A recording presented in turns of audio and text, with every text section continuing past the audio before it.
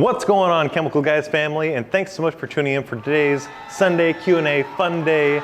Everything you guys have been asking us throughout the week. He's amped up. This is our take 2 of this video for unknown reasons, Matthew.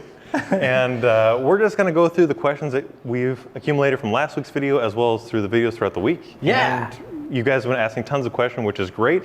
If you aren't already, be sure to subscribe and turn your notifications, and also comment down below, because that's the only way that we're going to answer your questions is by doing the comments down below. Definitely, and that's what we're answering today, is the comments that were left in the last video. So for all you guys that left your questions, here's your answers. Exactly. Here we go. So Caden Cox asks, if I don't have clay luber, can I use a quick detail spray like Speed Wipe as a lubricant instead? And that's a great question, and also it's a common question which I'm sure many of you guys have come across, whether you're halfway through your job and you run out of clay luber, or maybe you just misplaced your clay luber bottle. Can you use something aside from clay luber? And in a pinch, it's perfectly fine to use a quick detail spray because it is formulated with special lubricants that help to glide your towel in this case, or your clay bar across the surface.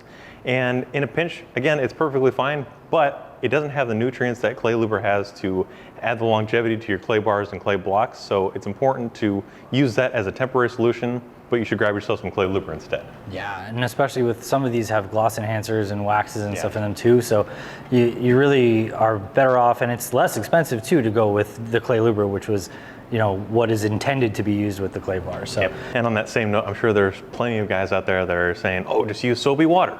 Well, in fact, it is really bad for your clay bar, and I'm sure those guys who use soapy water, you've probably seen that the clay bar looks a little funny afterwards. It's because it's actually disintegrating. So again, it's important to use a dedicated lubricant for your clay bars and clay blocks. Joshua Deal asks, after doing a waterless wash, can you proceed with clay polish and wax, etc.? Absolutely, Josh. I mean, you're still cleaning the car. We definitely recommend you want to clean the car first. In my opinion, if you are planning on going to clay and polish and take all those next steps, it's probably recommended to actually wash your car with something like Clean Slate first. That way you're stripping your car and your paint of all the previous things that you had to put on there. So previous waxes, glazes, and sealants, you're getting all that off to create a fresh surface to bond your new coatings to. However, if all you've got is a waterless wash, or your car was relatively clean before and you just wanted to do that really quickly, yeah, it's absolutely fine to go to the next step in the process, which is the clay bar. Mm-hmm. Also, for those of you guys who are unaware, or maybe you're new to the detailing hobby, Clean Slate is a soap that's dedicated to removing old layers of glaze, sealant, and wax. It's a great surface prep soap, so it'll just remove those coatings which are older or maybe degrading, and it's going to be a great way to give yourself a fresh start. Or clean slate. Miguel Rodriguez says, thanks so much for answering my question. I will definitely be taking your advice, getting platform shoes from Amazon to get the roof of my car. That is, great job, Miguel. That's going to be our new CG product, by the way, definitely, so just hang on. Definitely get a step ladder, thank you. Along those same lines, Logan Pear asks, how tall are you guys, Nick and Jason? I'm 6'5", and for the top of my car, I stand on the rear tires. Well, Logan, I'm a staggering 5'10". 5'10", and I am 5'11 3/4. Wow, with pythons to match. I think you can stand on the rear tire as long as you don't accidentally scratch the side of your car with like belt buckles or anything. You want to be careful with that. But that brings up a good point. If you're wearing a belt or any kind of things that hang off to the side, what I would recommend doing is turning your belt off to the side. Your belt buckle off to one side, which is an old trick that I learned from working on cars. If you're leaning over the fender, your belt can easily scratch the hood of somebody's vehicle or the fender of your own vehicle. So turning off the side is a great way to do it. But back to his point of standing on the rear tire, if you're washing the vehicle and the tire is slippery, that's a potentially dangerous situation. Yeah, we probably recommend against that. Just like Miguel, either platform shoes or get the step stool, more likely is the best option here. Coming the summer of 2022, Chemical Guys is going to be unleashing their jetpack, which is going to make it great to levitate. April 1st, 2023, we're going to have the jetpack. Armando Inez asks, how often should you use Hydrospin on your wheels? That's a great question, and Hydrospin is so easy to use that you could use it as often as desired, once a week, once a day, or as often as they get dirty, but the longevity of it is what, about 6 months? Yeah, about 6 months with proper application and usage and, you know, environmental scenarios, it should last up to 6 months. If you are driving through a lot of rainy weather, it's going to decrease that amount. If you're driving through a lot of dirty weather, it's going to decrease that amount. So in ideal conditions with proper application, up to 6 months. Otherwise, I mean, it still lasts a long time, so you don't have to do it that regularly, but you can if you want to. If you want just an extra boost of ceramic power on your rims, it's very easy to apply this product and just boost it. Boost Shine says, happy Sunday from Sweden. Love your products. Most I like when I wash cars is Mr. Pink. Mr. Pink is a great choice. And also, greetings from Southern California. Thanks so much for tuning in. Yeah. Oscar asks, do I need to wash my mitt after every wash? Sounds like common sense, but I'm not sure. It's a great question. And depending on how often you're going to use that mitt, it's probably necessary to wash after every use. A lot of mobile detailers, they're constantly washing cars, which means that that mitt can probably be used a few times without being washed. But if you're going to be washing your car weekly or bi-weekly, it's probably a good idea to wash it so that, one, it's not stagnant with old water and soap where it could dry out and then cause potential like staining or ruining of the microfiber. And also, if you're going to be using that wash mitt to clean various parts of your car, it's probably going to get pretty dirty. Or if you're using it on a dirty car, you probably want to wash it after every use. Yeah. Yeah, I mean, to Nick's point, if you're washing multiple cars, you're kind of washing the mitt while you're washing the cars, because if you're using the 2-bucket method, you're releasing all the dirt onto the dirt trap, you're kind of rinsing it in the rinse water, putting soapy water back on it. You're kind of cleaning it as you're cleaning the car too. But when you're done, now you have just a wet mitt and you should probably wash that thing.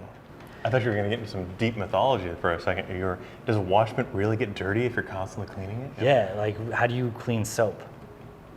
We love our fans here, especially Ford fan. Should we apply dressings to windshield wipers or just wipe them clean and leave them alone? It's a good question. And I think I might have actually answered this question. Also, if you guys didn't know, all these questions that you're answering, it's typically Jason or myself answering them. So keep them coming. And you know, it's one-on-one. We're talking back to you guys. And also we're answering them here today. But going back to dressing your windshield wipers, it's perfectly fine to dress the outward side or the outward facing side. But the inside, where it's going to be touching the glass, that should be left bare. Just clean it with your glass cleaner. There's just an easy way to take it and use a clean micro towel and your glass cleaner, wipe that blade clean. But you want that to be bare so that it can have as much cleaning power as it goes across the surface. As a noob, I have dressed the inside of my windshield wipers, and that was a big mistake. So don't do that. Or try it. It makes a fun sound.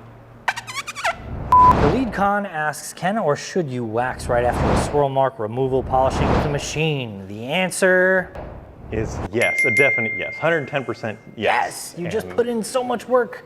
Joseph Rodriguez asks, I purchased the Chemical Guys Heavy Duty Black Clay Bar just because my paint felt grimy. Was it the best step, or should I start clay barring in steps from a finer clay bar moving up?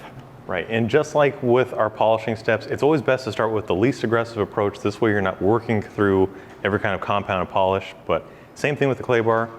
If you're working on a car that is really bad, or you know that it needs to be heavy clay barred, sure, jump right for the most aggressive one. But typically on a routinely detailed car, or even something that you just got, an OG clay bar or a medium clay bar is perfectly fine. That's going to get most of that contamination out. Or on a brand new car or a recently routinely detailed vehicle, a light clay bar is all you need. Definitely. So there you go. Yeah. I don't really have anything to add to that, Nick. That was a very detailed answer. App asks, my favorite scent is Smell of Success, so can I use it like perfume on myself? No, you absolutely cannot. That is not a good thing to do. I love the Smell of Success as well. Yeah, it's a great scent. It's one of the best scents that we have. Spray it in your car, spray it in your home, spray it in your bathroom. And if you walk around in that misting, you might have some on yourself, but we don't recommend you actually spray it onto your body. That is a bad idea. You might get some of that ambient on you. That's perfectly fine. But yeah. Okay, moving on. T asks, when is a new product coming out? I will tell you soon, TM. And very soon. TM. We have products coming out all the time. We have a crazy amount of awesome products that will be delivered to you guys in the year 2022.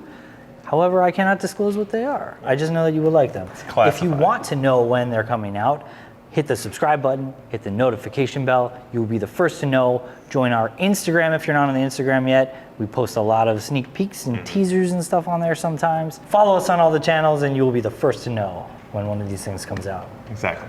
Al Mandel asks, can you hose off nonsense instead of wiping it off? Well, the answer is a simple yes. However, if you are using nonsense on your interior, I advise against using a hose. It's not going to end well. It won't end well. But if you are using it on your exterior, like your undercarriage or your trim or anything while you're outside washing your car, yeah, hose it off. Yeah, integrate it with your car wash. Simply spray it off, whatever residue, and then dry the vehicle. Yeah. Timothy Brackett asks, what is the best way to clean the microfiber towels? So we have a product called Microfiber Wash, which is designated specifically for all of your microfiber goods, your towels, applicators, wash mitts. Just an ounce of that into your washing machine. That's going to remove any old products, release any of that kind of dirt and grime, and also keep all of your microfibers feeling soft and ready to go for the next job. All right, guys, that wraps it up for this Sunday's edition of Q&A Fun Day Sunday. And we'll see you next week. Put your comments down below with your questions for next week's video. We'll answer them probably in line in the comment section as well as next week's video. So leave them for us. We love you guys. Thanks for stopping by. Enjoy the rest of your Sunday. Subscribe to the channel. Subscribe to the Instagram. Go to your local detail garage to pick up some stuff. Go to chemicalguys.com to pick up all the other stuff. And that was a lot of information. And get your info here. And that about wraps it up for this week's Q&A Fun Day Sunday Q&A sesh. We'll see you next week for the next one. So leave your comments down below and your questions down below on what we should answer for next week's video. And we will see you then. If you want to pick up any chemicals that we've talked about in this week's episode, go to chemicalguys.com or stop by your local detail garage. That's right. And enjoy the rest of your Sunday, guys. Take care. Bye.